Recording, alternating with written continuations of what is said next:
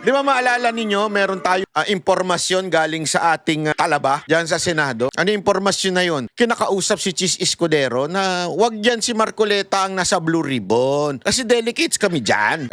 Nanindigan si Chis Escudero. Hindi, si Marcoleta dyan. Wag kayong nagmamagaling. Kaya siya, kinudita dyan sa Senado. Pinalitan nung kanilang tuta. Sino yun? Si Tuta Soto. Pagkapalit ni Tuta Soto, ano nangyari? Kita nyo naman, wala na. Blue Ribbon, naging pink ribbon na. Bakit? Si Pinking namumuno.